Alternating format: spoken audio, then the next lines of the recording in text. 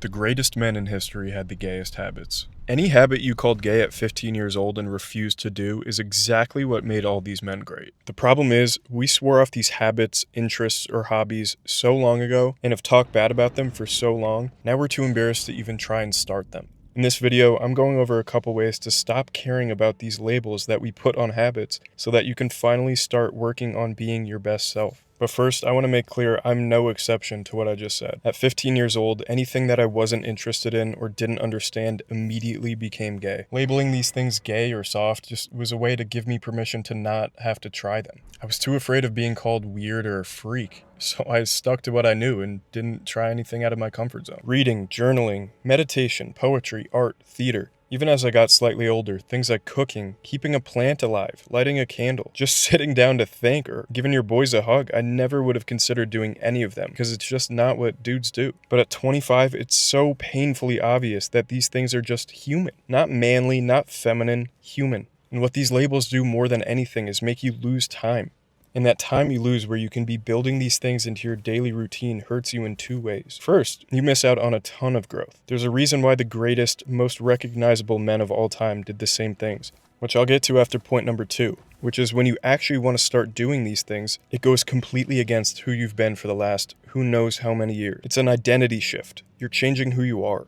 Alexander the Great conquered most of the known world by 30 years old. When his best friend died, he cried over his body for days. That was his boy, and he was not afraid to show that he loved him. Does that make him gay? If you ask a middle schooler, they're going to say yeah. But the most militarily dominant human being to ever live did not think so. Theodore Roosevelt was a boxer and a hunter. He was probably the most badass and masculine president America has ever had. He also read a book every single day. Poetry, history, science fiction, it didn't matter. He read constantly. Was he gay for that?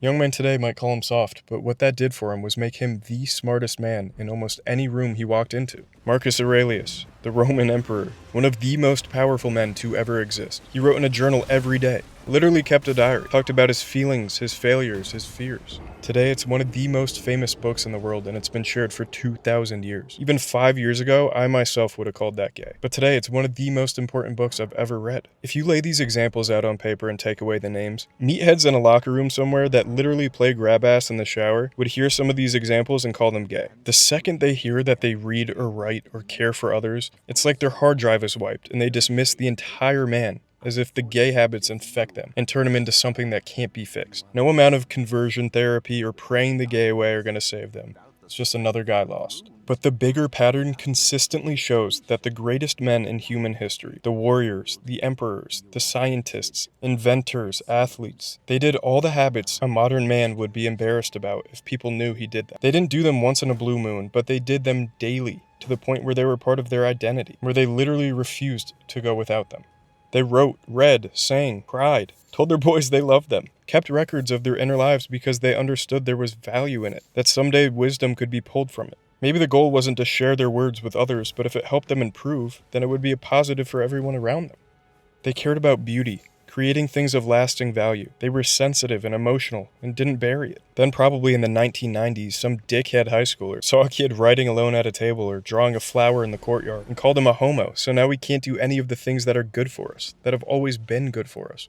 This is the big issue because after we've labeled these things a certain way, we as men wrote them off. These labels are what keep us from ever thinking about behaving like the greats. But once we realize we've been tricked, the amount of work we have to do to undo our beliefs is so much harder than it would be if we just ignored everyone else from the start. So here are some ways that we can shut everyone else around us out and do what we're interested in. First of all, I want you to recognize that you probably never even formed these opinions on your own. You've never tried all these things and said they weren't for you. If you did, then the way you would explain that probably isn't that reading or writing is gay. It's just that you didn't see the benefit in it. You haven't taken one day away from your phone, spent 1 minute trying to meditate, sat down and read a single page of a book, but your beliefs are already set in stone because you got them from someone else at school or some nameless, faceless profile online. If you haven't tried them yourself, you can't call it gay. How would you know? You're not speaking from experience. Second, a dude that keeps his apartment clean, likes it to smell good, he vacuums, mops the floor, scrubs the toilet, wipes down the mirrors. For whatever reason, that dude is gay. He's a huge homo for just enjoying a clean space. But no one has any problem with a janitor. The dude probably just has a family, he's just doing his job. Everyone has to work, and people even might appreciate him more for taking a dirty job that not many people want to do. A guy that enjoys cooking in his free time and trying out different recipes for dinner, that guy's soft. A pansy. But a head chef at a successful restaurant, a Gordon Ramsay type, that guy's masculine, respected. A kid that keeps a journal is a fucking loser. He's a lady, he keeps a diary, dude. But a New York Times best-selling author, that guy's a genius. A guy who takes photos in his free time or makes short films on the weekend as a hobby. That guy's a nerd, a geek. But Nolan, Tarantino, Spielberg, these guys are legends. I can go on and on with these examples. The activities are always the same. Maybe not at the same scale, but once the status increases, once money is involved, we drop these labels. People who make a career out of feminine or gay activities, in the eyes of these masculine online groups, they're no longer gay, because the activities themselves were never soft. People just enjoy labeling others as weak. They like establishing a difference between you and them. And what's an easy way to do that? Look at what they're interested in. Look at the ways they outwardly express themselves. Add a negative label to the things they like to do, and it attaches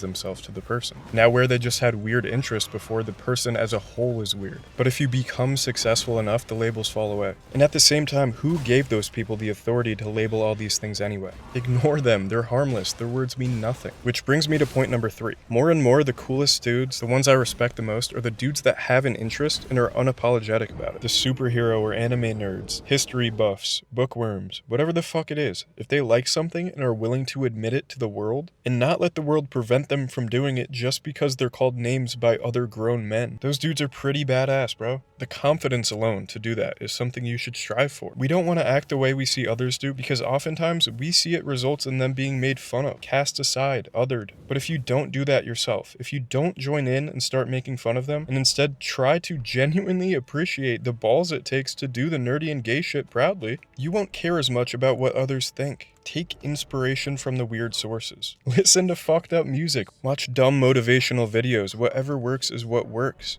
If people try to tell you those motivational videos are for losers, but it makes you want to work harder, then just look at the view count and say, if I'm a loser, then so are millions of other people that watch these too. Don't apologize for what helps you, but to find out what helps you, you need to first be willing to try new things. So get over yourself, dude. You're not so important that if people find out you read instead of playing Xbox when you get home, that you'll be an outcast, that you'll be labeled a loser. Even if you are in a year or 2 years' time, probably even less. Through these habits, you'll see that none of it even matters in the first place. You don't need to concern yourself with their opinions because they don't know what they're talking about. And lastly, if you don't want people knowing that you keep a journal, or you don't want guys on the football team knowing you like to paint, you don't have to share every aspect of your life, you fucking moron. Like, let certain things be private. Don't add it to your story. If people ask you about it, don't lie. But you don't have to outwardly share every aspect of your life if no one is asking. Have some privacy. Meditations. The book that Marcus Aurelius' journal got turned into was private. He never wrote thinking that it would one day be sold around the world. So keep certain shit for you, and then build yourself up so much that you can help build up others. And if you've made it to this point in the video and think I'm telling you to find a dude to kiss on the mouth, dude, you are missing the point. We've just gendered these interests so much to the point where it's holding people back from being their best self. And I know this because I've fallen victim to it too. I was too afraid to do certain things that I genuinely liked, but people looked at as weird. I loved reading and writing when I was a kid, but for years I stopped doing it because I let other people influence how I felt about it.